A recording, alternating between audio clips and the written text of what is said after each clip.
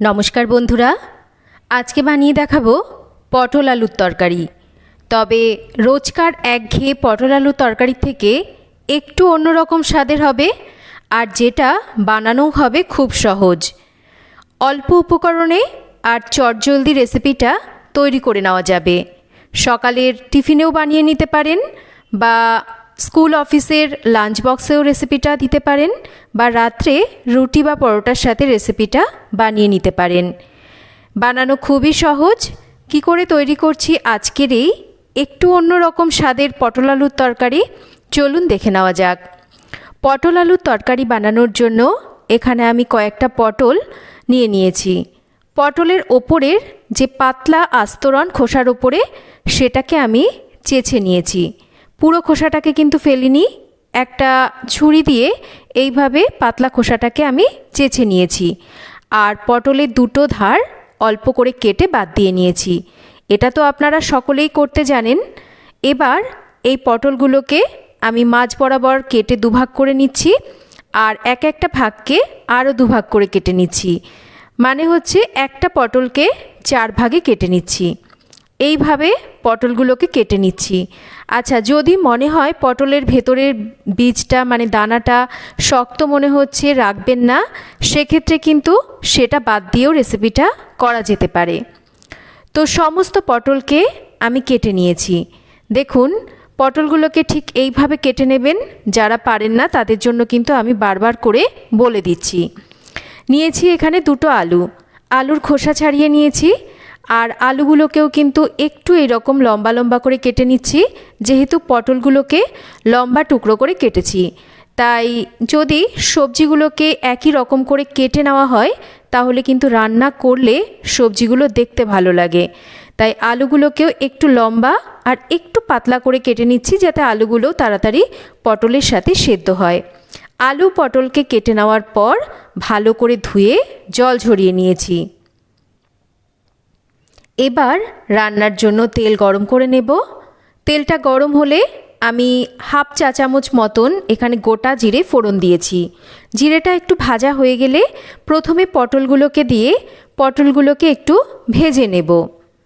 পটল যদি একটু ভেজে রান্না করা হয়, পটলের স্বাদটা ভালো আসে।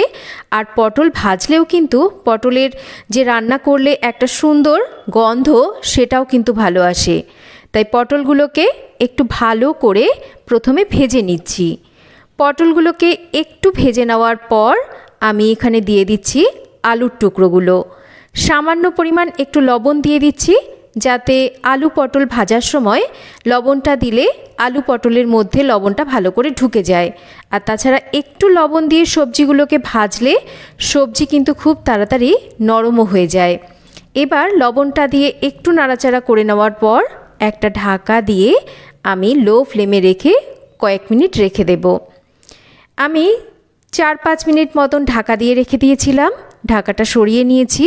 আলু পটল থেকে হালকা হালকা জল ছেড়েছে। এখানে আমি আদা বাটা নিয়েছি। এই আদা বাটা থেকে খুবই অল্প পরিমাণ একটু আদা বাটা দিয়ে এবার আলু পটলের সাথে একটু একই সাথে আদা বাটাকেও কিন্তু আমরা ভেজে নেব। আবারও একটু ঢাকা দিয়ে দেব। আর এই রান্নাটা কিন্তু একটু ঢাকা দিয়ে দিয়ে করতে হবে, যেহেতু রান্নাটা কিন্তু একদম শুকনো শুকনো হবে। তাই একটু কম আঁচে রেখে একটু ঢাকা দিয়ে দিয়ে রান্নাটা করলে ভালো হবে। আবারও ঢাকাটা সরিয়ে নিচ্ছি আর আলু পটলকে একটু নাড়াচাড়া করে নিচ্ছি। এবার এর মধ্যে আমি কিছু মশলা দেব। এর মধ্যে পরিমাণ মতন লবণ, হলুদ, একটু ঝালের জন্য লঙ্কার গুঁড়ো, সামান্য করে একটু ধনের গুঁড়ো, আর অল্প একটু গরম মশলা গুঁড়ো দিচ্ছি। তার সাথেই দিচ্ছি এখানে একটা বড় মাপের কেটে নেওয়া পেঁয়াজ। এবার একটু হাতে করে এরকম জলে ছেটা দিয়ে দিচ্ছি। যেহেতু রান্নাটা আমি খুব একটা বেশি তেল দিয়ে করছি না, তাই একটু জলে ছেটা দিয়ে দিয়ে রান্নাটাকে করছি। এতে করে রান্নাটা পুড়ে যাবে না। যদি আপনারা তেলের পরিমাণ বেশি দিয়ে করতে চান, করতে পারেন। সেক্ষেত্রে কিন্তু তেল যদি বেশি থাকে, জলে ছেটা দেওয়ার একদমই প্রয়োজন পড়ে না, তেলেই রান্নাটা হয়ে যায়। এবার সমস্ত কিছুকে মিশিয়ে নিয়ে আবারও একটু ঢাকা দিয়ে লো ফ্লেমে রেখে দিচ্ছি। মাঝে মাঝেই কিন্তু এরকম একটু ঢাকাটাকে সরিয়ে নিয়ে নাড়াচাড়া করে দিতে হবে, যাতে করে সমস্ত আলু পটল ওপর থেকে নিচের থেকে সুন্দরভাবে রান্না হয়। আমি মাঝে এই রকম দুবার ঢাকাটা সরিয়ে নাড়াচাড়া করে নিয়েছি। এবার এর মধ্যে অল্প করে একটু মিষ্টি দিচ্ছি আর আরও একটু জলের ছেটা দিয়ে দিচ্ছি, যাতে সবজিগুলো পুড়ে না যায়, সুন্দরভাবে রান্নাটা হয়।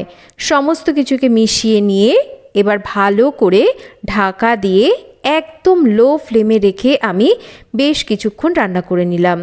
দেখুন এবার ঢাকাটা সরিয়ে নিচ্ছি আর একটু চেক করে নিচ্ছি আলু পটল কিন্তু সুন্দরভাবে সেদ্ধ হয়ে গেছে।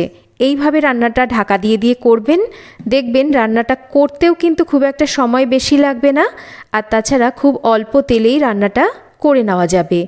এবার ঢাকাটা সরিয়ে নিয়ে এবার আরেকটু নাড়াচাড়া করে আমরা রান্নাটা করে নেব। মানে রান্নাটা কিন্তু এরকম শুকনো শুকনো হবে। এটা রুটি পরোটার সাথে খেতে যেমন ভালো লাগে, সেই রকম কিন্তু এটা ভাতের সাথেও বেশ ভালো লাগে। একই রকম আলু পটলের তরকারি থেকে একটু অন্যরকম স্বাদেরও হয়, আর রেসিপিটা খেতেও খুব ভালো হয়। একদম সহজ সাধারণ একটা রেসিপি, কিন্তু এইভাবে তৈরি করলে খেতে অত্যন্ত সুস্বাদু হয়। দেখুন আলু পটলের তরকারি আমার একদম রেডি হয়ে গেছে। এবার এটাকে নামিয়ে আমি একটা প্লেটে সার্ভ করে দেখিয়ে দিচ্ছি। আপনারা রেসিপিটা একবার বাড়িতে অবশ্যই তৈরি করে দেখতে পারেন। আশা করছি রেসিপিটা আপনাদের ভালো লাগবে। আর রেসিপি ভালো লাগলে অবশ্যই একটা লাইক করবেন, আর কেমন লাগলো রেসিপিটা একটা কমেন্ট করে জানাবেন। আর যদি চ্যানেল সাবস্ক্রাইব করা না থাকে চ্যানেলটাকে সাবস্ক্রাইব করবেন। সবাই ভালো থাকবেন, আবার ফিরে আসবো নতুন কোনো রেসিপি নিয়ে।